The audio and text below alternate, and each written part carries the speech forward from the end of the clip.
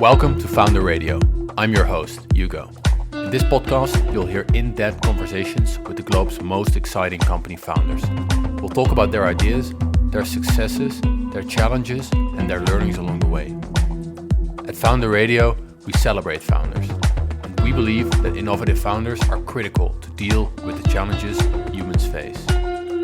They are society's explorers and work in uncertainty to expand our practical knowledge each and every day. Building something from scratch requires creativity, intelligence, conviction, and endurance. Get inspired and learn from those that are changing the world.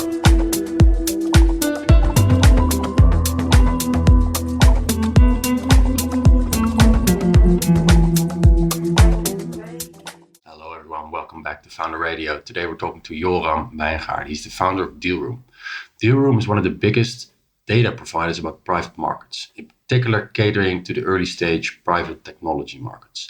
So for example, customers would be investors, it would be corporates, and it would also be governments that are trying to really foster their tech ecosystem. Started in 2013, Dealroom is now really an institution used by tier one investors, corporates, governments, and also contributes to impactful publications like Atomico's state-of-the-art tech report. Now very well established with a team of 90 people, if I'm not mistaken. I'm very keen to hear more about the founding story, early successes, struggles, and the demand behind it all. Yoram Wijngaarde, welcome to the podcast, Yoram. Yeah, pleasure to be here. Can you tell everyone that's not familiar with Dealroom yet what the company does? Yeah, sure. I think you did a good job actually saying what we do, but we are an intelligence platform for tech ecosystems. And at the core of our product is a database with over 3 million companies, many of them startups, but we track companies from inception to IPO and beyond. Anything to do with technology that's highly promising or can have a high impact on society.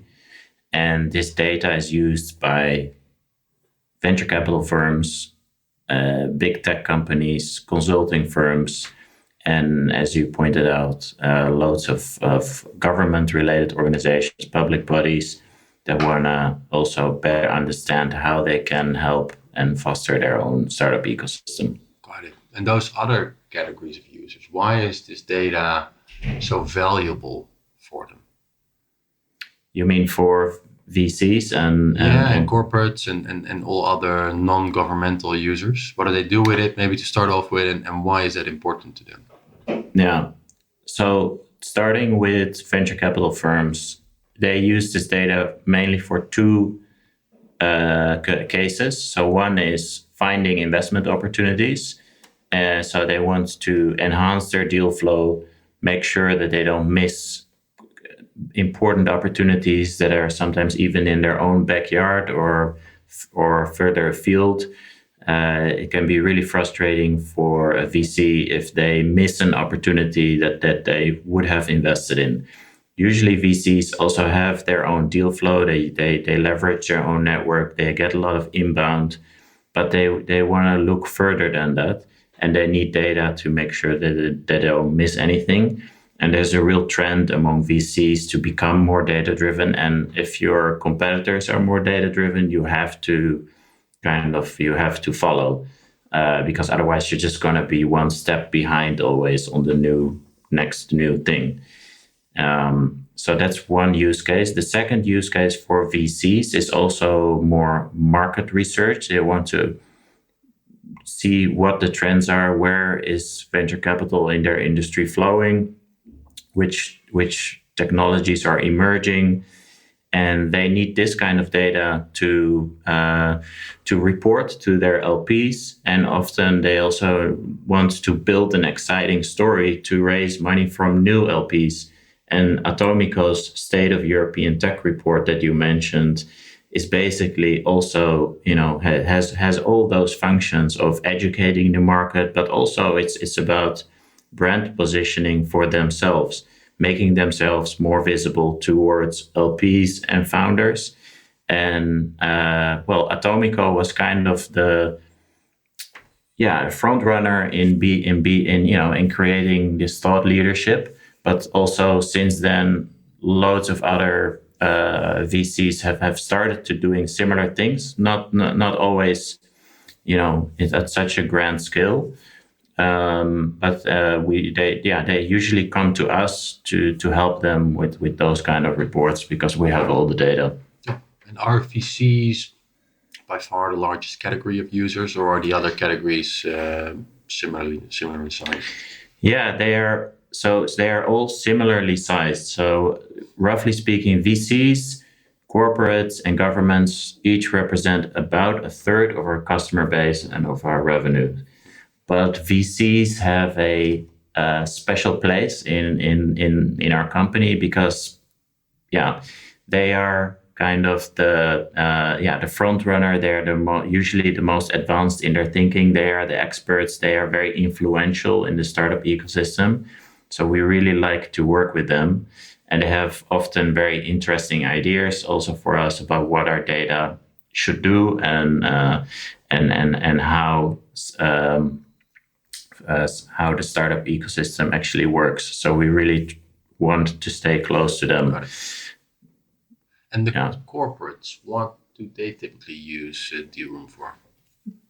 Yeah, so for corporates, the use case is very diversified. So we have some big tech companies that mainly use us to discover new startups that they want to sell their services to. So think about the cloud service providers, the big three.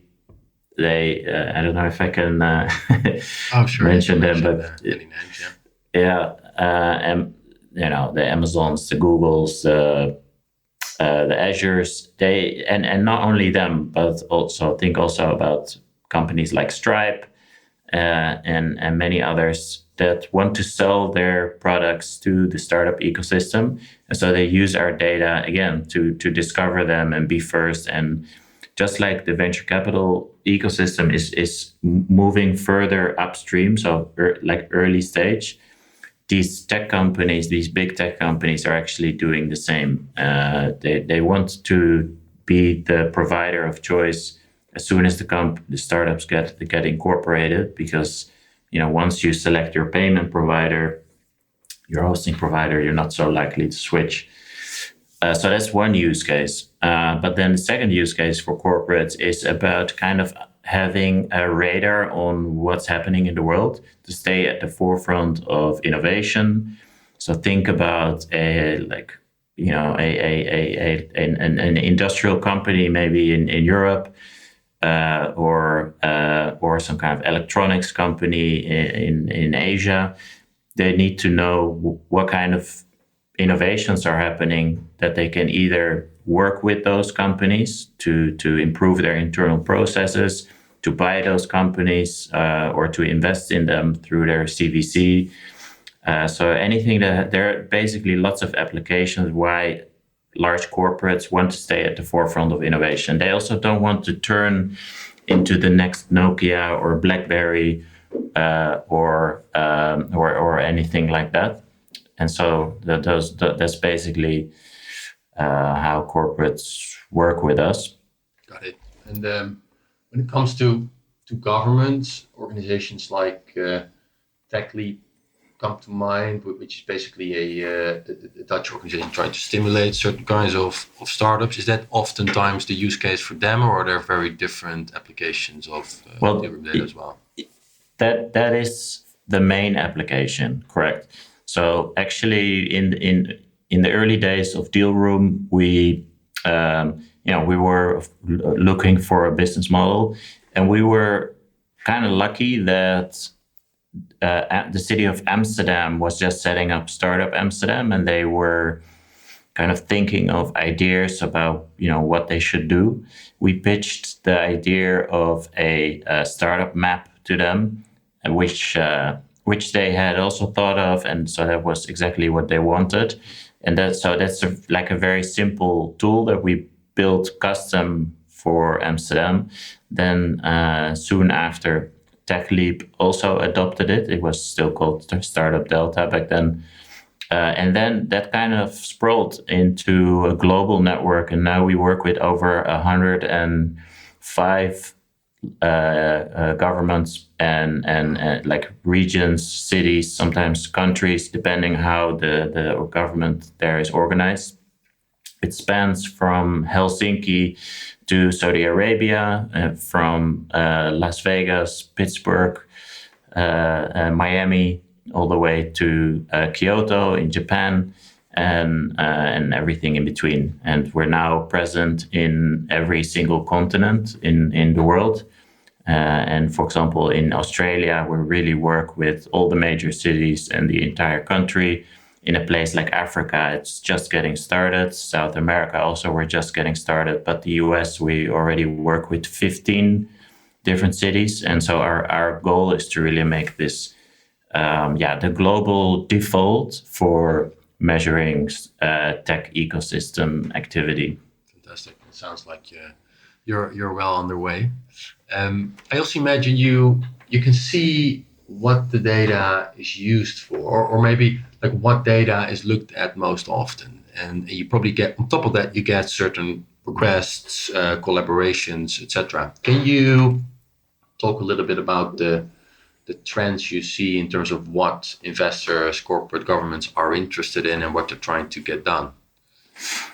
Yeah, absolutely. So starting with the venture capital industry, that's moving further upstream. So at earlier and earlier. And the reason for that is the market is becoming more competitive. For example, in Europe alone, there are now about 10,000 investors active. They're like doing venture capital deals each year. It's really an explosion of investors still today. So it hasn't really gone down despite the overall VC downturn. The number of active investors is at its highest ever. So more competitiveness leads to wanting to be earlier and earlier. So that's a major trend, and therefore the kind of data that people are looking for is more people data. It's no longer enough to have data about startups that have already raised. People want to look at which startups are going to raise. So it's more about predictive analytics and kind of being as much ahead of the curve. And if everybody does that now, people are actually even sometimes like some VCs are pitching talent that hasn't even started a startup yet. It's almost like, shouldn't you maybe start something because you have such an amazing resume? We have a good score on our predictive analytics model compared to exactly according to our model, you should start a startup. Exactly. Yeah. But fantastic, right? Like if that means that it's a boost for entrepreneur activity, innovation, value creation, that sounds like a good direction. In terms of the technologies and maybe application areas, do you see certain trends the last couple of years there as well? Yeah, absolutely. So there have been a couple of waves, and we're now obviously in the AI wave. So now definitely most of the hot startups have something to do with AI. But there's also a shift more to deep tech and to physical tech. And actually those three themes go hand in hand. Because thanks to AI and autonomous technology, that makes physical products suddenly a lot more attractive for VCs because it turns that into something really scalable. In general, there's been a shift more towards deep tech, and the way we define deep tech is kind of scientific breakthroughs being applied to a business in novel ways for the first time. And I think the reason for this shift is that, a lot of the kind of digital transformation has already happened. People are booking their holidays online. Everybody has a smartphone, and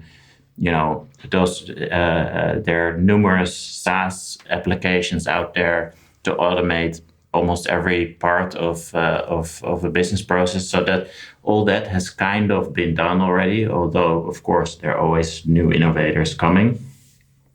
So now people are kind of looking into innovating those areas of the world that actually have been kind of left behind, including parts of healthcare, education, and manufacturing. That's like the next frontier. Yeah, that makes sense. And it sounds like another example of capital chasing opportunities that haven't been discovered yet, right? Like with the other trend you mentioned, where investors are going to go earlier and earlier. Does that make sense? Absolutely. And I think also on the if you then look at the government side, governments are also generally really receptive to those kind of ideas, kind of tech for good. Whereas it's easy to be skeptical, let's say, about these 15-minute grocery delivery companies, although they are actually really useful, I think. But if you are working on something in edtech or climate tech, which I didn't mention before, but that's obviously a major trend. That's also something that governments are keen to rally behind. And then industrial strategy for governments is an important theme, meaning looking at the success of the Silicon Valley model and seeing what learnings can we apply to our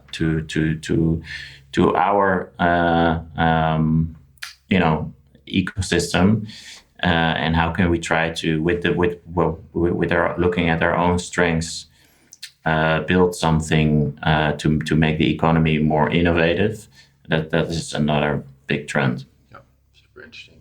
Have you also developed thoughts on sort of the hype cycle? Because I think all these categories people jump on. I think they're all massive opportunities. They're important equally. Sort of the speed and the scale at which investors, but also governments, are drawn to them reminds me a bit of earlier hype cycles. Like, for example, blockchain. There was a time that everybody was eager to get in and was talking about it. Have you developed certain metrics or thinking about to distinguish what is real here, what might be a little overexcitement when it comes to new opportunities?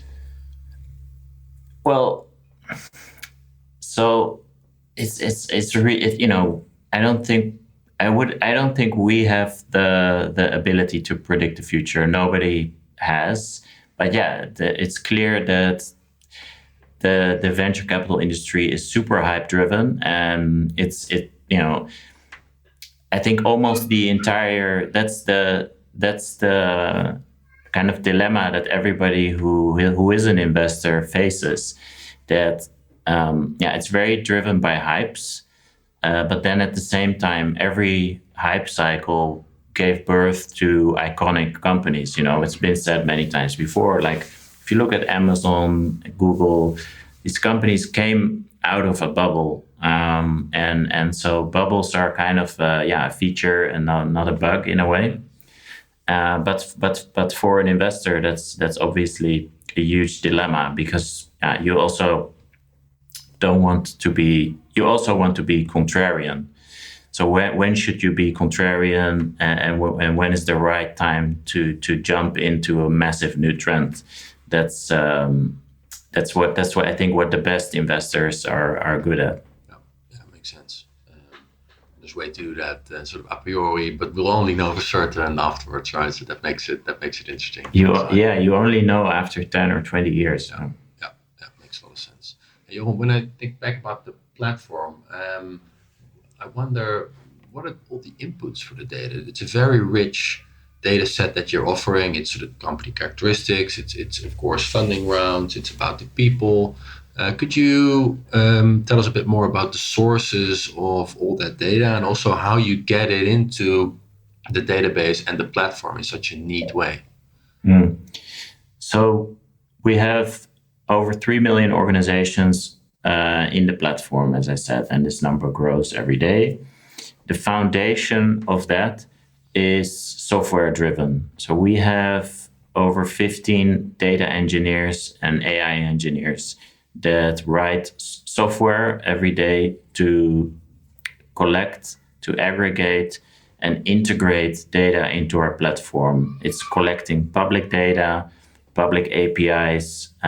We also have data partners that we purchase data from, and basically anything that we can get our hands on. We're constantly hunting for data, basically, and yeah, that's kind of the heart of our business, and doing that really well.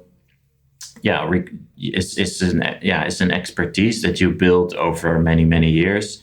It takes time to do it well, and you also really need to understand actually the data before you can integrate it. So you can't just gobble up random data and throw it in a database. You actually need to understand what it is to turn it into something valuable. So that's the foundational layer for us in terms of data. And then on top of that, we do a lot of manual research. So we have a team of about 12 analysts and another 10 kind of data curators that work with the data to enhance it. So that's kind of a second layer, and the human factor is extremely important even in today's kind of age where you can use AI to automate a lot. And we have been using AI actually already since this early days of Dealroom. So we used AI to classify companies, so we use the classifier to say, is this a food tech company? Is this a travel tech company? And so forth. Now with the emergence of LLMs, that has become a lot more powerful. You can create a lot richer descriptions. So you can even create entire descriptions of companies in quite a lot of detail. But still a lot of mistakes happen there, and a lot of the LLMs still miss a lot of nuances. Of course, it will get better and better over time, but the kind of the contradiction is that the more capable AI becomes, the more ground you can cover, and so also the more manual checks you need to do. Yeah, so it's a little bit like an island that grows. And the edge of that island becomes bigger, and so you actually have you actually have more work to do almost than less. So that's the weird Quality thing. goes up, scope goes up. So and then the question is sort of, is that balance right? Yeah. Exactly, and because we're really at the forefront of what is happening, there's constantly new categories are constantly being created. That's the essence of innovation, is creating new categories. So an AI is always a little bit behind on that. And so that's why you need people. And that brings kind of to the third major pillar of our data strategy, and that's the community. So our community consists of VCs, founders, tech transfer officers, also people at the government. And so we have about 20,000 users who actually contribute data to our platform, some more active than others. And we also actively seek out collaborations with VCs to work with us to create these market maps. And you see these market maps on social media all the time. So we have thousands of them on the platform, which we then also feed into our AI to create these new categories. So it's a live organism. What categories are you eager to add that you don't have yet? Categories of data. Oh, categories of data. Yeah. So I was talking about kind of categories like market categories, like industries. So for example, a new industry category would be AI chips for doing inference only. But in terms of new categories of data that we're eager to add,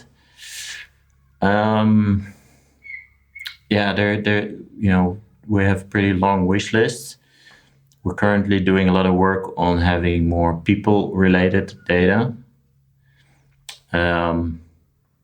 We're doing a lot of work on adding revenue data. We're making pretty good headway on that. So 80% of the startups that are in our platform have financial data now, which is like really quite a strong coverage already.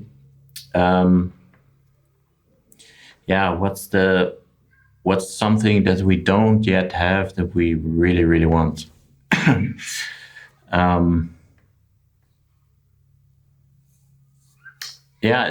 It's a good question. Maybe,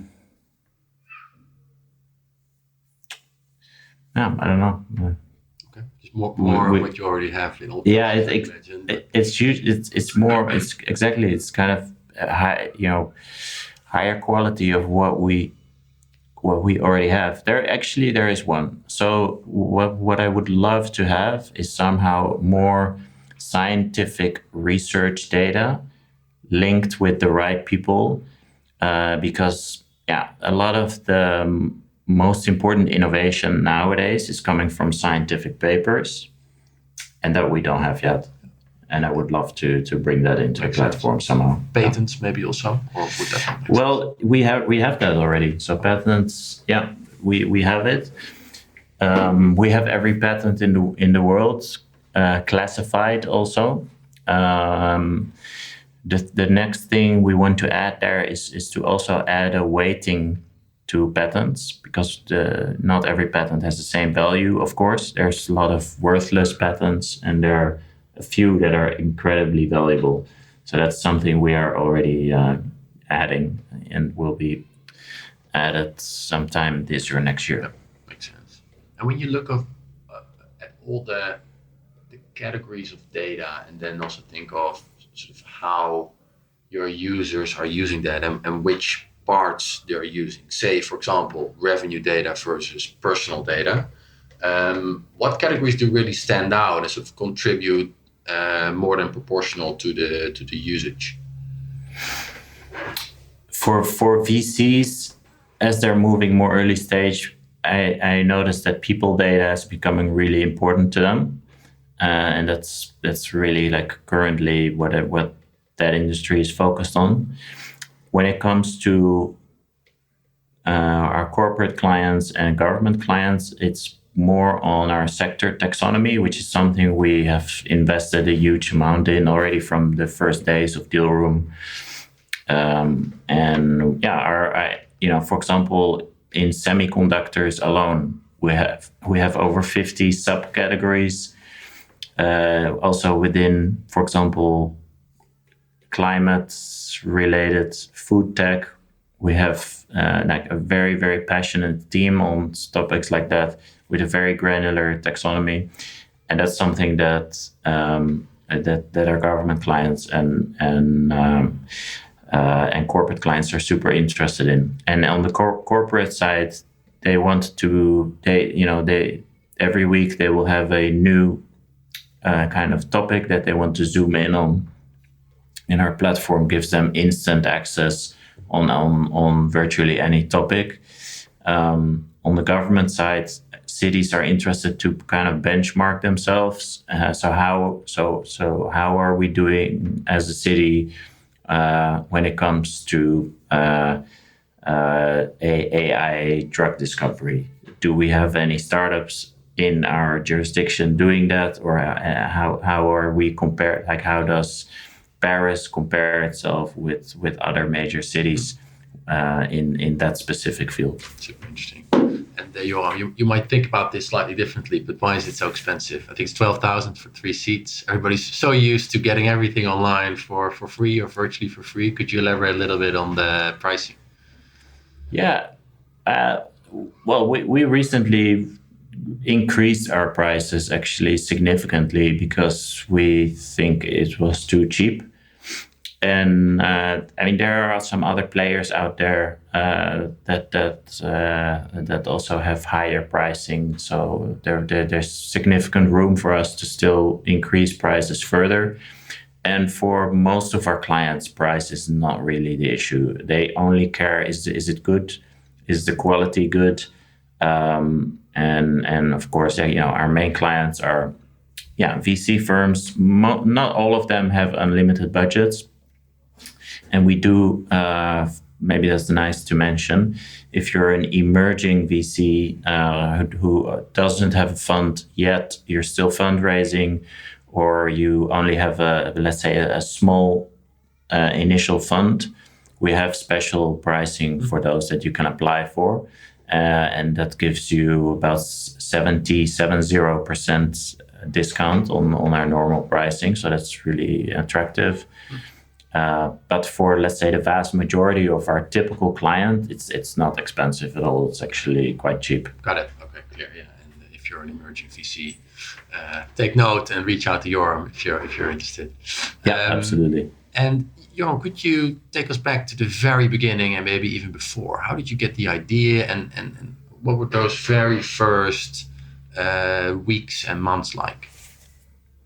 Yeah, I was working. So after university, I worked as an investment banker at Lehman Brothers for about 4 or 5 years until the bitter end of Lehman's bankruptcy. Then a colleague of mine started a new boutique investment bank called Noah Advisors.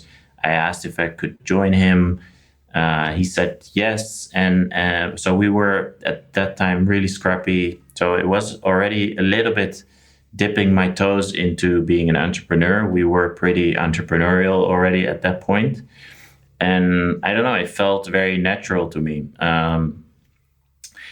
It was, I think, it fit more my character than being part of a huge organization, although I enjoyed doing that as well. But I always felt I've always felt a bit like an outsider, but I enjoyed being there, but I felt more I could be myself, let's say, as a quasi-entrepreneur. And then after,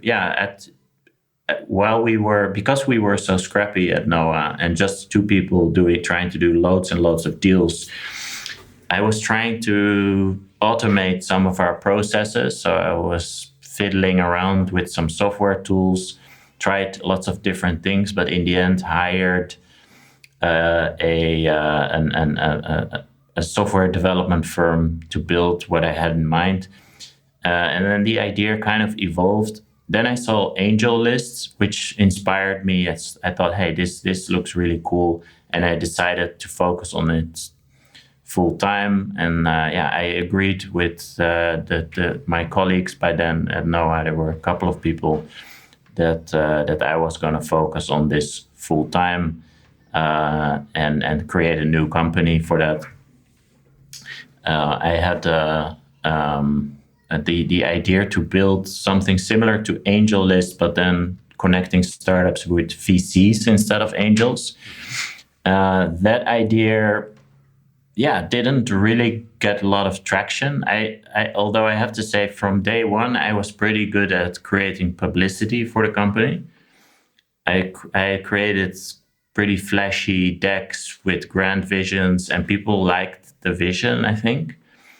So I got a lot of positive feedback from the market, like, oh, this sounds really cool. But the product, to be honest, was not able to deliver on that vision. And I had a lot to learn about how to actually build the product.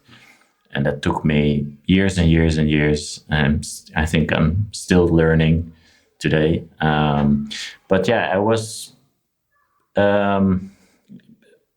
at some point, I think someone told me, this marketplace in order to kind of get the flywheel spinning, why don't you add some data yourself? Create some lists of startups, of interesting startups, and that's how we kind of started with data collection. I literally hired a few interns to build lists of promising startups. And those my very first intern, by the way, still works with Dealroom today, and he's one of our best people. Then out of nowhere, some VCs asked if they could buy that data. And so that's kind of morphed into our main business. And at the same time, I told you about this Amsterdam story where we pitched the idea of a startup map to Amsterdam. That also became a business, and that's now a third of our business, even a bit more. And so those those two opportunities came by coincidence, and we built it out. And that's slowly how Dealroom got started. And there was, I imagine, a point in time where you had to spin out of Noah and really focus on this full time. Was that a big deal, or was it so obvious because of the traction and probably how much you enjoyed it that was a good move to make? Well, there was not really. I mean, there was no traction. There was just an idea.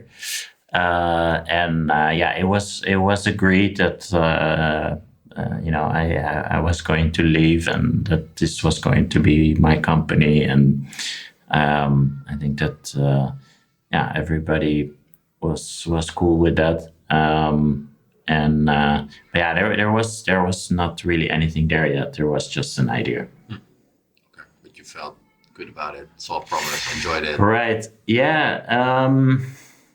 I don't know. I can't even remember my thought process. I just went for it. Really, it felt very logical for me to do. Yeah, I really believed in my own BS. Let's say. And great decision, looking back, right? Seeing where Dealroom is now. I mean, the first few years, I really didn't get very far. And I can tell you one interesting, for example, when I had a few angels who gave me a bit of money to get it started. And I remember that with one of them, I said, I really feel like I'm pulling a dead horse, because I wasn't going anywhere. And then he told me, this was a few years into it. So I was pretty depressed, and then he said, "You don't even have a horse." And so and what kept you going at that time, and also maybe how did that change? Like at some point you must have felt, hey, this is going somewhere, right? I have a horse. It might not be beyond salvation. I need to keep going with this. Yeah, but I can tell you one other little anecdote. There were also one of those angels didn't even invest the full amount that we had agreed actually in term sheet, with some kind of lame excuse that he was a bit low on cash, which I knew was not true. So that's how bad things were. Yeah. So in the early years, and what. I just kept going, and I remember at some point feeling actually bad about myself. Like, why am I still doing this? Because it's clearly not rational. But yeah, you're right. I remember at one point I actually was on a holiday, and I wrote a blog post that was a little bit provocative. Blog post where I wrote something about the London tech ecosystem, and some data was published there using CB Insights data. And I wrote a little bit of a provocative post that the data, kind of questioning the data a little bit. And that got a huge amount of traction. Like, I was just kind of lucky that Boris Johnson was the mayor at the time. He was a controversial figure, so there was a business publication, Business Insider, was eager to kind of take him down. Like, look, this data is it's not correct, and so there was this kind of wave, and I just really benefited from that. And so I kind of got a taste of, hey, writing content can be really powerful, because that same week I got 2 massive leads coming to me, wanting to buy our API, like two really big brands, and we closed both of them. Then I also started putting more effort into the newsletter and writing good content. And I think the content that I was writing was actually pretty good. And that's how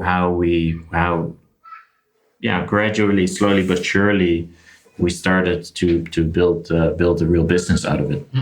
Can you, if you look back, were there distinct phases of growth? Like maybe this was the first one, like some actual traction, maybe the discovery of, hey, newsletter and being out there and content is interesting. Like, were there distinct phases of growth after that?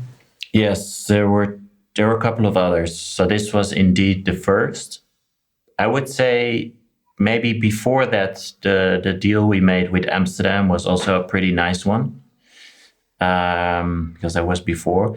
But then at some point, even when I was still not totally sure if this whole adventure was going to work out, luckily, Knight Capital expressed interest to invest. And they really, I have to say, really believed in what I was doing. And they were just really eager to invest. And they also got another investor on board, Peter Schoen. He also kind of on the spot said, oh yeah, this looks amazing. This product looks amazing, and I want to invest. And so that got me a bit of extra money, in total $500,000, which for me was really a lot at that time. Gave me some room to invest more in data. We also bought some data. We hired a few more people to make the platform more robust, and that really, gave us a boost. So that was really money well spent, actually. And then after that, we kind of struggled again a little bit to take it to the next level.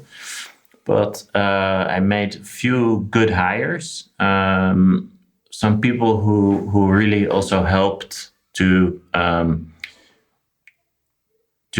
of transform opportunities into more sales. I think I was pretty good in creating a buzz, and there were some inbound leads. But then you need to consistently follow up on leads to turn them into opportunities. That's a whole other specialty. So I hired some good people who really helped with that, and then we grew from maybe, I don't know, 60K MRR to like 600. So on an annual basis, we're now approaching 10 million. We never had a moment of hyper growth. Like the maximum we grew in a year was about 100%.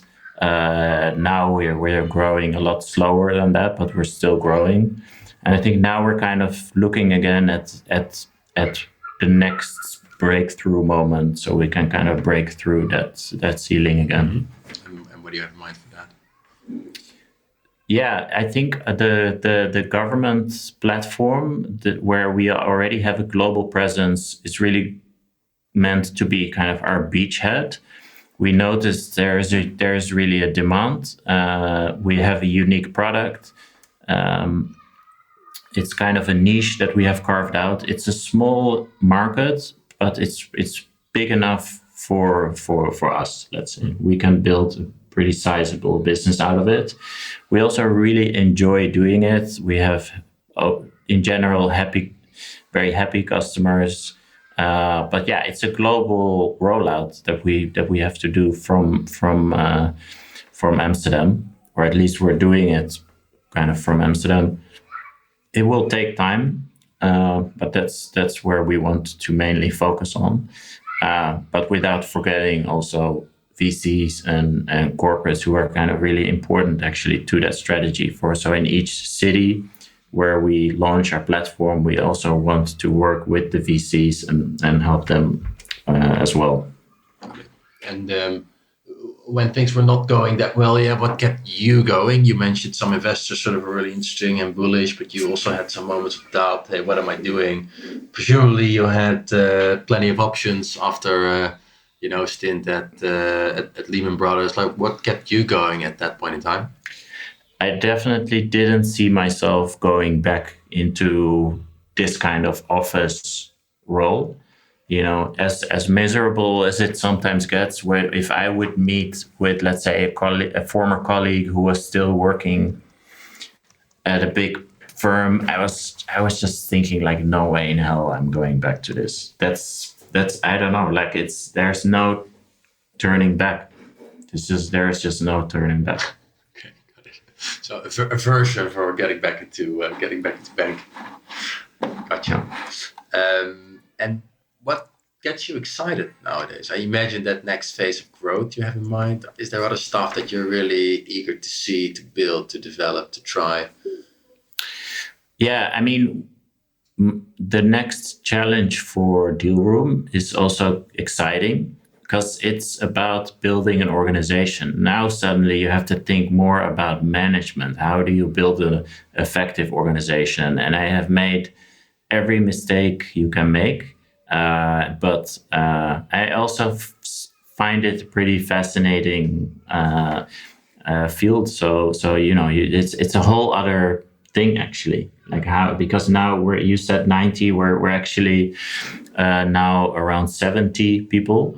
But already at that stage, a lot of things start to break down, and there's a whole discussion now about how to build an effective startup organization. And it's I think it's something as a founder you have to figure out somehow, and a lot of the conventional ideas actually I noticed are not true at all. I really learned that there are loads of people out there that feel very confident about how you should build a startup, but actually they don't really know what you're talking about. And every other founder I'm talking with acknowledges that, it's just a puzzle that everyone has to figure out. But I do find it very interesting, and I'm sure we will figure that out.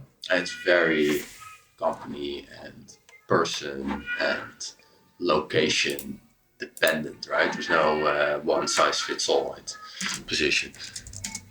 Yeah. And Yoram, when you look back, in terms like you've been working on this for more than 10 years. What have you learned about building a business, and what would you tell others that are much earlier in that journey? Yeah, my number one piece of advice to myself would, if I was back in those days, and to other people in their journey, is to listen to their intuition. Have the courage of your own convictions. Don't be afraid to do things differently than everybody else is doing. In fact, every super successful business, I think, most have done some things totally different than everybody else.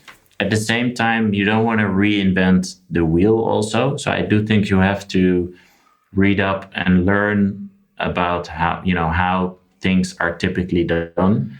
And then based on that, follow your own intuition. And that is really important. And don't be afraid to make mistakes also. I mean, if you do follow your own intuition and you turn out to be wrong, which is going to be the case half the time, fix it quickly and continue to iterate. But if you too much listen to, I think you should take advice the same way that you read books. you make it part of, you stuff information into your brain, but then you follow your own ideas.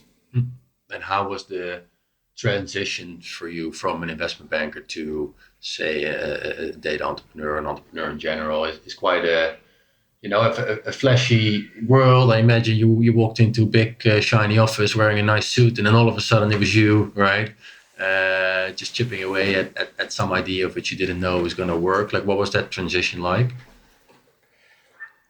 I think it was at times pretty lonely, and you're right. Like, it was flashy, and then suddenly it wasn't flashy at all, and you get turned down so often. Like, your ego gets completely crushed, I think, as an entrepreneur. I mean, there are also some people who start a startup and it immediately takes off and everybody wants to invest. You see those as well. But in a way, I prefer if you had a bit of a rough start, because I think it kind of builds character, and it makes you maybe more robust for the all the setbacks that they're going to inevitably happen during the building of your company. But yeah, it was sometimes really lonely, and you have to figure out that everybody has different ways to deal with it. But and if you ask, oh, what kept you going? I have no idea. I really do. Just keep going. Yeah. You've clearly shaped Dealroom. How has Dealroom shaped you? I imagine you evolved and changed and learned a lot. That had its impact on you personally as well. Could you elaborate a bit on that? Yeah, I definitely feel like the company has completely shaped me, and that's actually what kept me going. Now that I think about it, I think as an entrepreneur, you can say like, oh, I'm passionate about this or that, but deep down, the reason you're doing it is you want to prove something to whoever it is, but also yourself. And so I actually wanted to, be exposed to all my strengths, but also my weaknesses, and be confronted by them, and improve on them, along the way. And I'm still going through that. So I feel like I'm completely shaped, actually, and also I have changed along the way. Yeah. What are the key areas in which you've changed, and how did that work? Yeah. I mean, it's so difficult to talk about yourself that way, but I definitely, like, one bad way I have changed is my attention span has gone to zero virtually. So you turn kind of into a typical boss in a way, that you just, if people are presenting information to you, you just want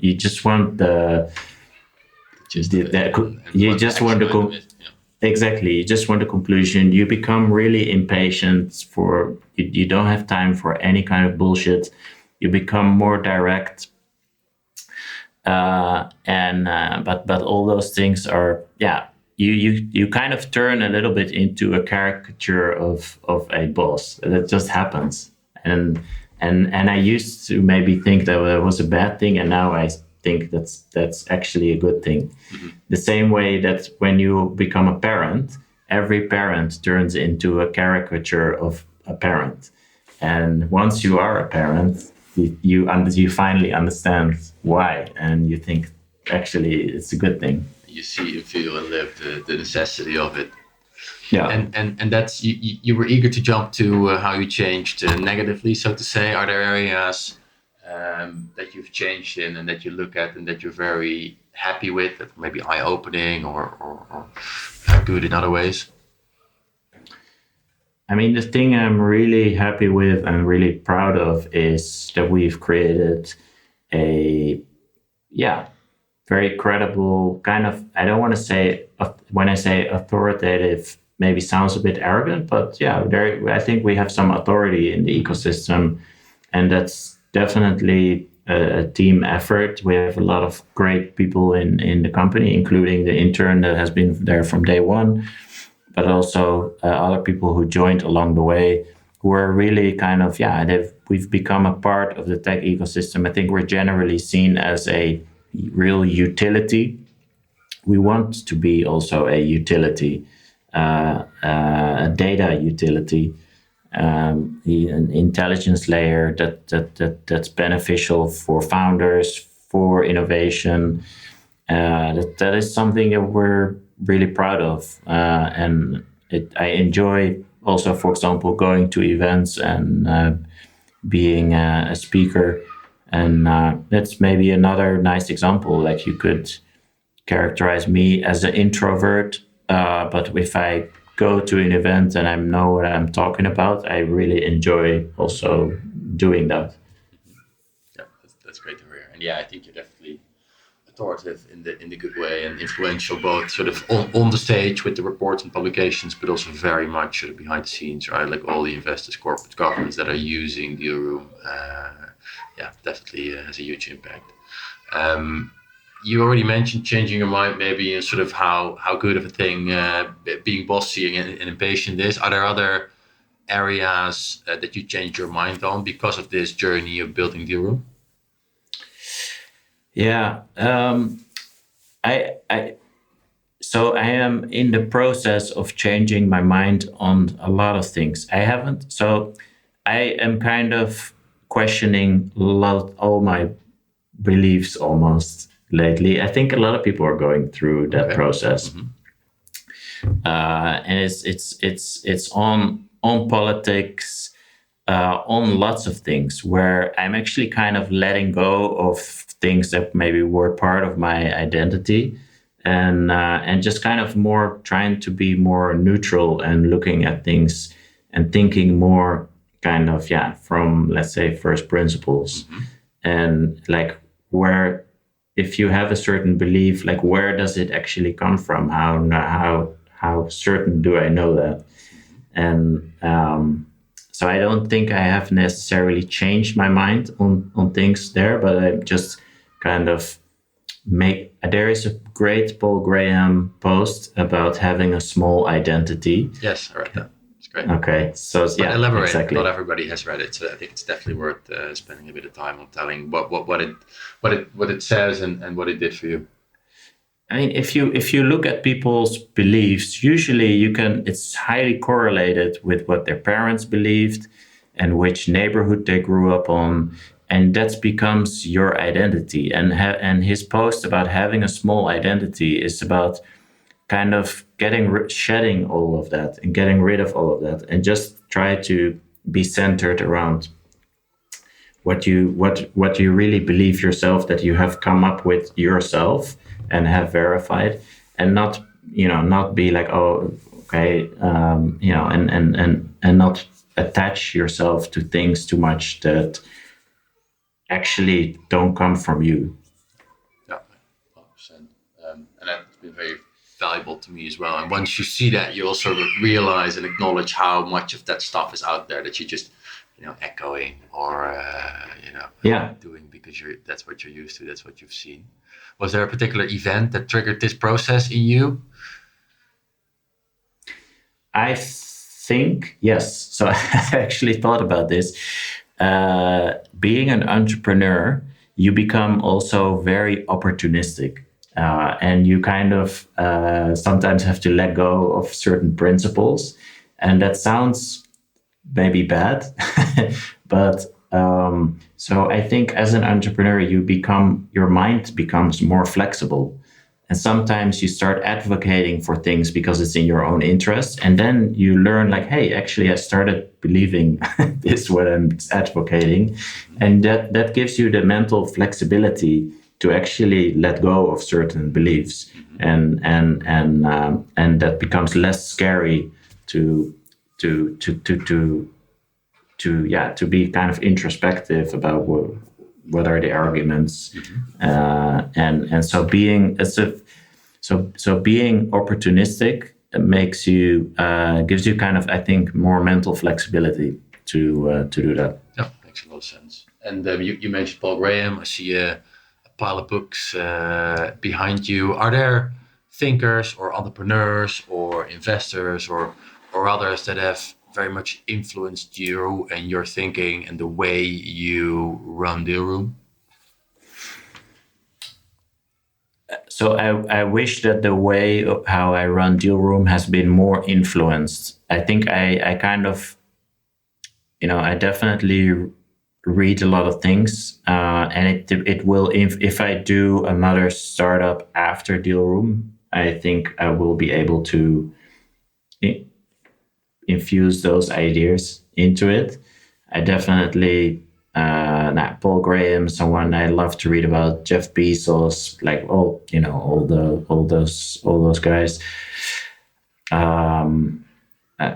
I think at Dealroom it grew more organically, and it just became, there was that's the one thing actually that I would do differently if I started a new startup. I would put more thought into, who are your first hires? What kind of culture do you want to build? And culture not being about where do you go for drinks and having offsites, but what are the kind of behaviors that you want to stimulate? What are the values you want to focus on as a company? I would like things like, how do you onboard new employees? That's something I have a lot of ideas about now, but I had no ideas about it when I started Dealroom. So it's like some things are kind of also maybe too late in a sense to radically change, which is also fun. Like it just became what it became, but next time I would put more thought into that. But yeah, so your question was who do I admire? Like I just finished the biography on Elon Musk, and obviously like nobody's perfect, nobody is a hero, but you can, I think there's so many extremely inspiring stories about what he built. So absolutely, yeah. And you mentioned starting again. Like if you'd have to start from scratch, I know you don't want to, but imagine, what would you do in terms of what kind of business, in what sector? What do you have in mind if you do anything like that? I would my thinking on this will for sure change, but I would either do something really similar to what we're doing actually today. So something again with data and research. I mean, I've been really interested in corporate finance from my university days. Warren Buffett was also my hero. So I kind of am drawn to those things. So I would maybe do something really similar, maybe on public markets, or still again private markets, or something a bit more on the science side. So that's maybe a boring answer, but that would still maybe be my go-to. The other very different area would be edtech, possibly. So something with education, AI, technology, right? Yeah, education technology, making use of AI. I think it's fascinating, but at the same time, I'm wondering, well, maybe OpenAI is just going to do that. So, fair enough. Yeah, you have time to think about it. Exactly, I have time to see how that will play out. Got it. If you think about like others considering starting a company or having just started one, what pitfalls have you stepped into? You already gave a couple of recommendations of what to do, like be different, chart your own course, listen to your intuitions. What should people not do?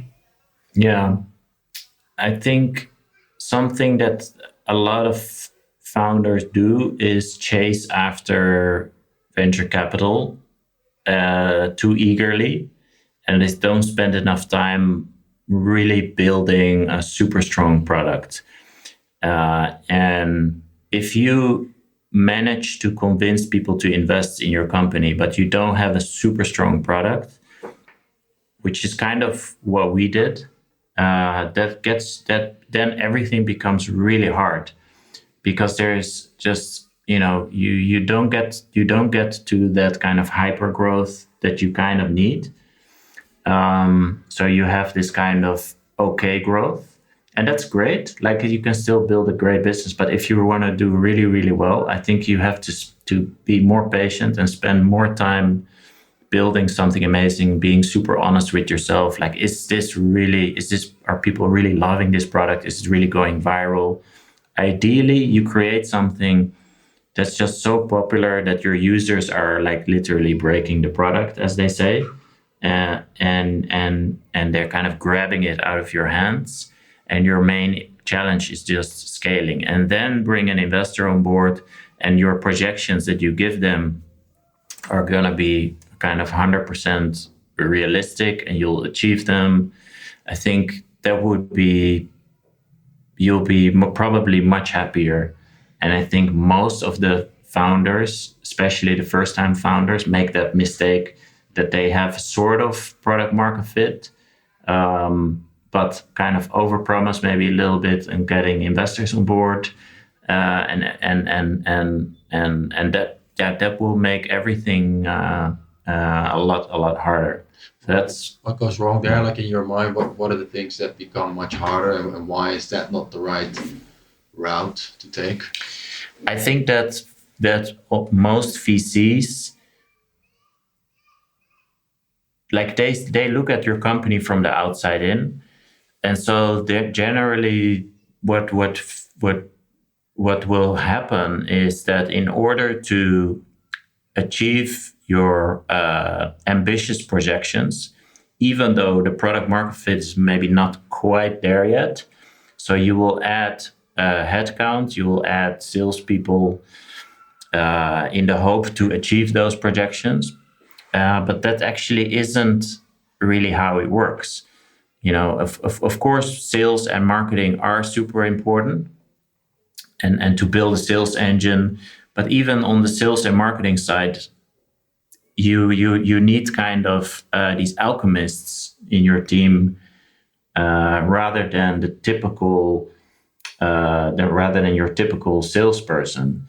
And I think that a lot of VCs have a little bit trouble understanding the nuances there, and so you might veer off into a direction where and I think this founder mode post is a little bit about that as well, and where you go into a direction that doesn't feel 100% natural to the founder, but it's hard to articulate what you actually want to do, and that's I think that's where most startups end up, and you can still build a business out of that, but you probably have the better investors, the better people, if you spend longer on honing in on the true product market fit, and not skipping a few steps in those early days. Exactly, and not taking sort of marketing and sales fueled growth for real product market fit. That sounds to be the crux of what you're saying as well. Is that fair to say? Yeah. Yes. And if you get very concrete on that, like, what would you recommend founders and investors to look at to distinguish real product market fit and sufficient product market fit from artificial product market fit? So follow the Y Combinator playbook, build something people want. And I think, I believe that their model is like, you have to really have like hyper growth, 7% month over month growth or something. It needs to be like, you need to grow really, really, really fast. If you're like growing kind of 50, 60, 70% when you have less than $1 million in revenue, it feels maybe like you're growing quite fast, but you have to look underneath. Are people really using the product? How's the retention? What's the true health underneath? And it feels really tempting to, build, have bold ambitions. That's great, but you need to kind of be skeptical of your own business actually. Like and probably fiddle with it more before you go into the hyper growth mode. Would your advice be to not do any marketing in the beginning at all? Because that keeps your vision very clear on what's real and what isn't. No, it depends what kind of marketing. So it's good to do marketing and work with users. Like you don't want to be an obscure. You should do marketing and you should do sales, but you should do it. There's two types of sales and marketing. There's just kind of adding people and spending money. And there is really explaining well what you do, use some kind of guerrilla tactics to get in front of users. You also need data to know if your product is working. So you absolutely should do marketing, but I would do it you need to do it in an entrepreneurial way, not in the lazy thinking way, like, oh, I'm just going to hire some salespeople. I'm just going to spend money and get leads, and then our salespeople are going to close those leads. That comes, I think, only after you have completely figured out who your users are, how they get value from the product, and you have been able to, let's say, onboard 10 customers that really love your product, or even 5. If you have 5 customers who just really love your product and you understand why, and they keep using it and they don't stop using it, maybe they complain that it's broken, your product, but despite that, they keep using it. I think then you're on the right track. But if you manage to just onboard clients and they buy it, but then it kind of dwindles, and then you keep adding new customers on top of that, that's going to bite you in the ass later on. Super clear, and I think a great note to end on this advice. I hope everybody listening will take that to heart. Yoram, it was great talking to you. Thank you for your time, transparency, and also for the great work you and your team have done on Dealroom. Before we wrap up, is there anything you'd like to share with the audience? Well, maybe just one thing. We're quite excited to announce founder alerts on the Dealroom platform. So every day on Dealroom, you can now see which startups have been created by the world's most promising founders. Every year, about 50,000 startups get created. So that's about 150 per day.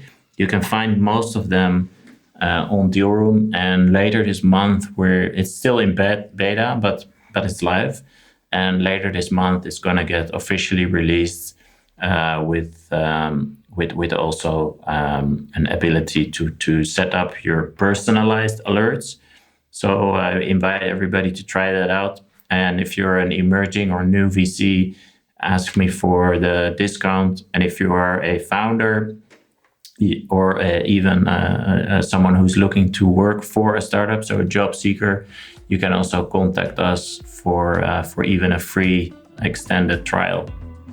So congrats on the new feature, and please check it out, everyone. What's the best way to reach you, Yoram, if emerging managers or others want to reach out and try? Yeah, visit dealroom.co and there is a chat function there to talk with us directly. Thank you very much again. It was great having you. Good luck with everything. Speak soon. Yeah, thanks a lot.